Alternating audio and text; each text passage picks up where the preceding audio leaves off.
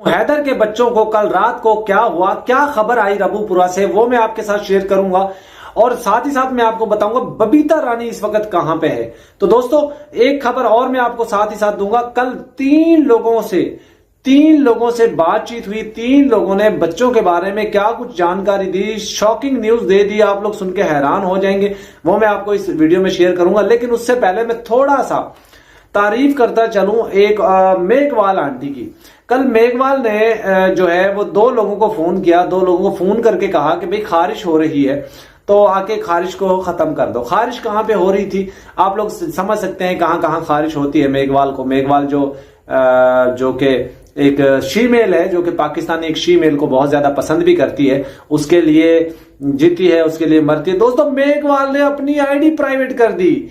मेघवाल ने जो उसकी आईडी थी इंस्टाग्राम की वो प्राइवेट कर दी। मैंने आपको पहले ही बोल दिया था कि मेघवाल अपनी आईडी को अब प्राइवेट कर देगी, क्योंकि उसकी मैंने स्क्रीन रिकॉर्डिंग करके रखी हुई थी, वो मैं चलाऊंगा अभी यहां पे भी। और उसने अपनी जो है आईडी है वो प्राइवेट कर दी। उसके अंदर उसने बहुत सारी चीजें डाली हुई थी, जिसमें पाकिस्तानी एक स्टेज डांसर थी महक मलिक, उसकी वीडियोस बहुत ज्यादा वायरल कर रखी थी, सारी वीडियोस उसकी उठा कर रखी हुई थी। इसको तो अपनी डीपी भी शक्ल पसंद नहीं, अपनी शक्ल भी पसंद नहीं, इसलिए डीपी पे भी उसी का नाम, उसी की पिक्चर लगा के रखी हुई है। तो बहुत जल्द वो भी हटा देगी।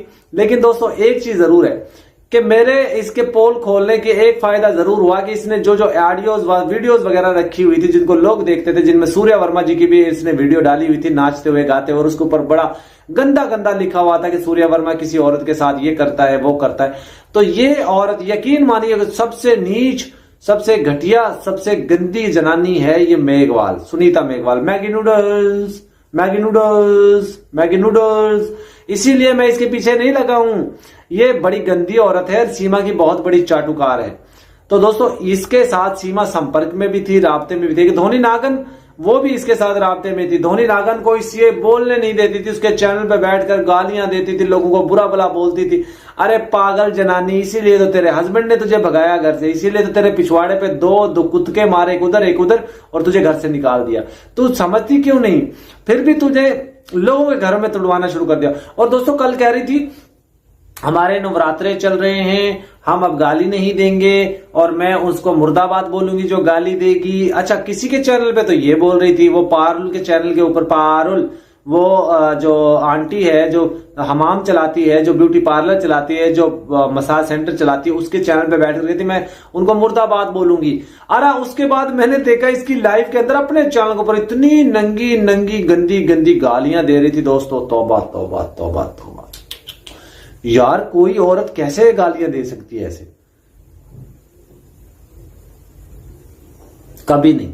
यकीनन इस तरह की गंदी गालियां कोठे वाली औरतें देती होती हैं, पक्का।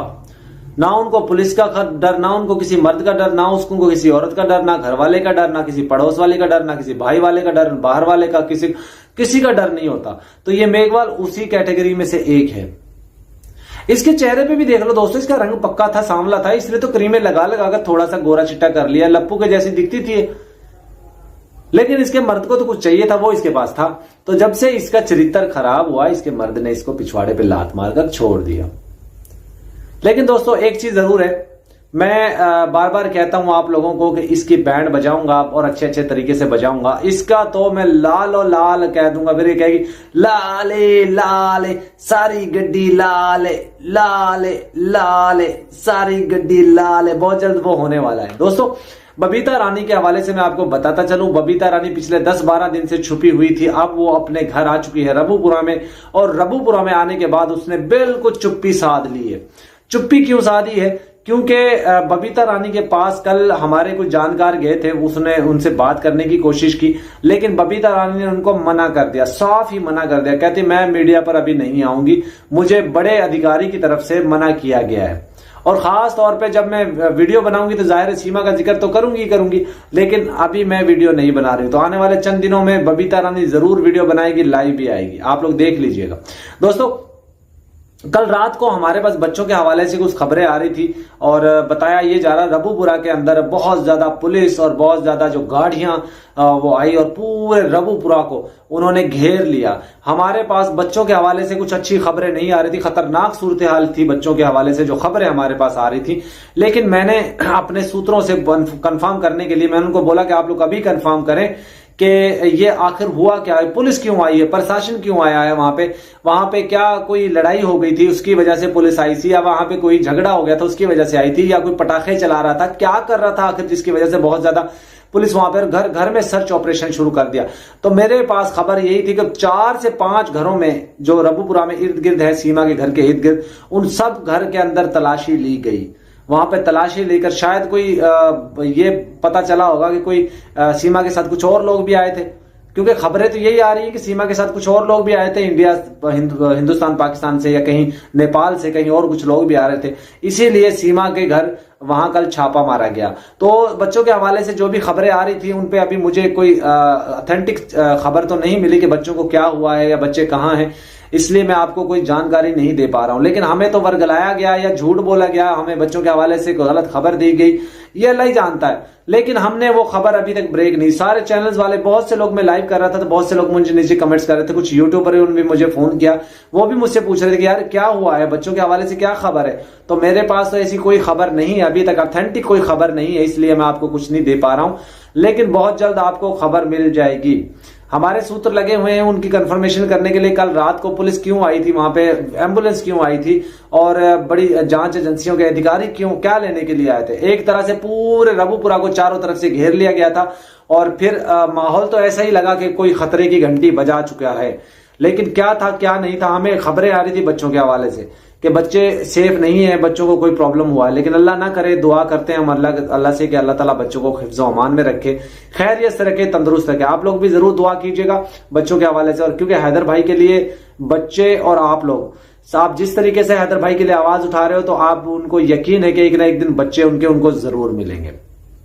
तो ये जो खबरें चल रही हैं बच्चों के हवाले से, जो हमारे माइंड में भी आ चुकी हैं, जो हमें बता भी दी गई हैं कि बच्चों को क्या प्रॉब्लम हुआ है या बच्चे कहाँ हैं, तो वो मैं अभी आपके साथ शेयर नहीं कर सकता, क्योंकि बहुत जल्द मैं उसको कंफर्म करूंगा। अगर ये खबर सच होगी तो मैं आपके साथ शेयर करूंगा। और आप सब लोग जानते हैं कि मेरे बहुत से वहां पे कॉन्टेक्ट्स हैं रबूपुरा में, उन लोगों से बातचीत भी होती है और वो मैंने ऑडियो भी बहुत से लोगों की चला कर रखी हुई है। तो आप लोगों को पता भी होना चाहिए कि मैं हमेशा आपके लिए सच्ची खबरें लेकर आता रहता हूं। तो वीजे के हवाले से भी बड़ी खुशखबरियां आने वाली हैं। पाकिस्तान की तरफ से जो हाई कमिश्नर थे हिंदुस्तान के, वहां बैठे हुए थे इस्लामाबाद में, उनको वहां पे वैसे प्रोटेस्ट चल रहा था, अब पूरा अमन हो चुका है, सारा इलाका क्लियर हो चुका है। तो अब किसी भी लम्हे जो है वो बुला सकते हैं एम्बेसडर जो जिनको वीजे देने थे। तो इंशाल्लाह बहुत जल्द हैदर भाई को भी बुलाया जाएगा, उनको वीजा भी दिया जाएगा और वो हिंदुस्तान भी जाएंगे। तो दोस्तों ये थी आज की जानकारी। जो लोग भ्रम में डाल रहे थे लोगों को, बच्चों के साथ ये हो गया, बच्चे वहां चले गए, ये कर दिया वो कर दिया, तो वो अभी तक उसकी कोई कंफर्मेशन नहीं हुई है। लेकिन जैसी होगी हम आपके साथ शेयर जरूर